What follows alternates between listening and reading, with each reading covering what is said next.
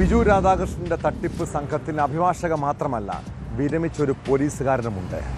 തട്ടിക്കൂട്ട് സംഘടനകൾക്ക് പോലും പണം വാങ്ങി നൽകാൻ വഴിയുണ്ടെന്ന് പറഞ്ഞ് മുൻ പോലീസുകാരനായ വേണുഗോപാലാണ് വിശ്വാസം നേടിയെടുക്കുന്നത്.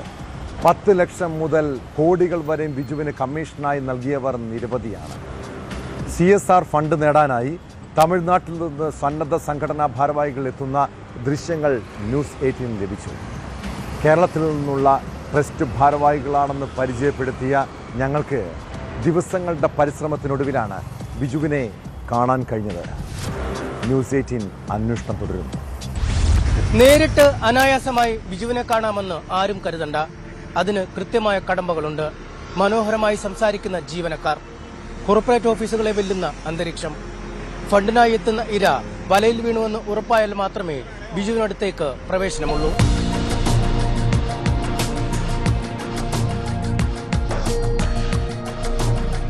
ബിജു രാധാകൃഷ്ണന്റെ സ്ഥാപനങ്ങളിൽ എന്തു നടക്കുന്നു എന്നറിയാൻ ദിവസങ്ങൾ നീണ്ട അന്വേഷണമാണ് ഞങ്ങൾ നടത്തിയത്.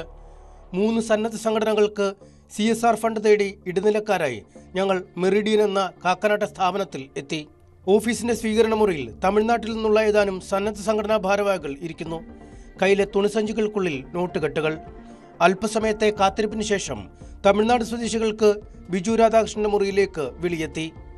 ഏതാണ്ട് അരമണിക്കൂർ കഴിഞ്ഞ് സന്തോഷത്തോടെ തമിഴ്നാട് സ്വദേശികൾ പുറത്തിറങ്ങി. പണം അകത്തെ ക്യാബിനിൽ കൈമാറിയതായി വ്യക്തം. കോടികളുടെ CSR ഫണ്ട് ദിവസങ്ങൾക്കുള്ളിൽ ലഭിക്കുമെന്ന വാഗ്ദാനം ബിജുവിൽ നിന്ന് ലഭിച്ചതായി പുറത്തിറങ്ങിയവരുടെ മുഖഭാവങ്ങളിൽ വ്യക്തം.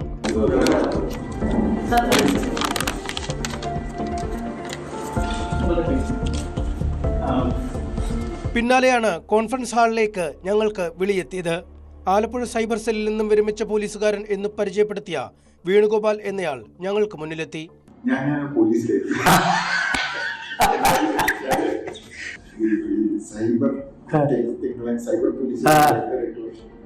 മതിയായ രേഖകൾ നൽകി പണവുമടച്ചാൽ ദിവസങ്ങൾക്കുള്ളിൽ കോടികളുടെ CSR ഫണ്ട് തരപ്പെടുത്തി നൽകുമെന്ന് വാഗ്ദാനം. പുതിയ സംഘടന രൂപീകരിക്കുന്നതിനും സഹായം നൽകും.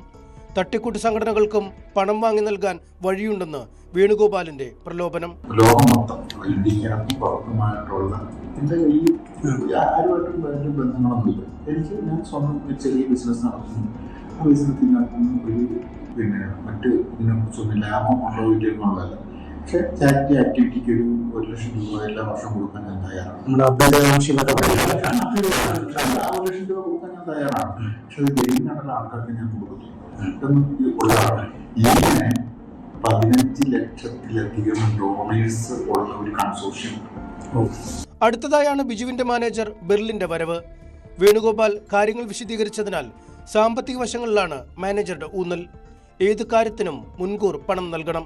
ആദ്യ ഗഡുവായി 2 ലക്ഷം രൂപ നൽകിയാൽ അടുത്ത ഘട്ടത്തിലേക്ക് നീങ്ങാം. അടുത്ത മാസം 2000 രൂപ നമുക്ക് പ്രാക്ടിക്കലാണ്. മനസ്സിലായ ഞാനൊരു 100 കോടി രൂപ അടുത്ത മാസം സാറിന്റെ അക്കൗണ്ടിലേക്ക് ട്രാൻസ്ഫർ ചെയ്യും. സാറിന്റെ 100 ക്വസ്റ്റ്യൻ വരും. On what purpose you receive this? What is your project? Where are you going to implement? What are the feasibility reports? കാര്യമായ ക്രയവിക്രയങ്ങളില്ലാത്തതിനാൽ ആദ്യ ട്രസ്റ്റിനെ ബിജു രാധാകൃഷ്ണന്റെ അടുത്തേക്ക് എത്തിക്കുവാൻ ജീവനക്കാർ തയ്യാറായില്ല. ആശുപത്രി സ്ഥാപിക്കുന്ന ലക്ഷ്യത്തോടെ എത്തിയ ഡോക്ടർമാർ ഉൾപ്പെടെയുള്ളവരുടെ ട്രസ്റ്റിനും ആദ്യ ചർച്ചയിൽ അകത്തേക്ക് പ്രവേശനം ലഭിച്ചില്ല.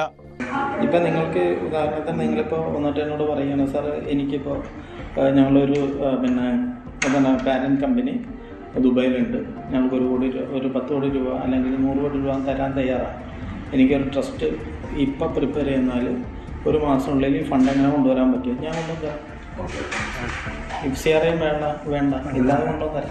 വനിതാ ശാക്തീകരണ രംഗത്ത് പ്രവർത്തിക്കുന്ന തിരുവനന്തപുരം ആസ്ഥാനമായ ട്രസ്റ്റിന് ആദ്യ ചർച്ചയിൽ ബിജുവുമായുള്ള കൂടിക്കാഴ്ചയ്ക്ക് ക്ഷണമുണ്ടായില്ല.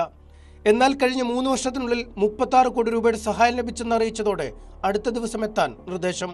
മുന്നിലെത്തുന്ന ആളുകൾ പൂർണ്ണമായി പ്രലോഭനങ്ങൾക്ക് വശപ്പെട്ടെന്ന് ഉറപ്പായാൽ മാത്രമേ ഇടപാടുകാർക്ക് ബിജു രാധാകൃഷ്ണന്റെ അടുത്തേക്ക് പ്രവേശനമുള്ളൂ. പ്രോസസിംഗ് ഫീസ് എന്ന പേരിൽ വാങ്ങുന്ന 2.5 ലക്ഷത്തിനൊപ്പം CSR ഫണ്ടിനുള്ള കമ്മീഷൻ മുൻകൂറായി അടയ്ക്കണം. 10 കോടിയുടെ ഫണ്ടിന് 20 ലക്ഷമെങ്കിലും അടച്ചാൽ മുന്നോട്ട് പോകാം. പണത്തിന്റെ ഏറിയ പങ്കും കറൻസിയായി നൽകുകയും വേണം. 10 ലക്ഷം മുതൽ 1-2 കോടികൾ വരെ ബിജുവിന് കമ്മീഷനായി നൽകിയവർ നിരവധിയാണ്. പണമടച്ച ശേഷം CSR ഫണ്ട് ലഭിച്ചവരെ ചൂണ്ടിക്കാണിക്കാൻ പറഞ്ഞാൽ ജീവനക്കാർക്ക് മറുപടിയുമില്ല.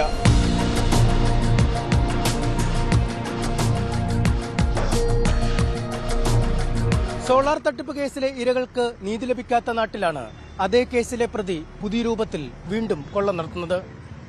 തട്ടിപ്പ് ശൃംഖലയുടെ വേറിറക്കാൻ അധികൃതർ തയ്യാറാവണം.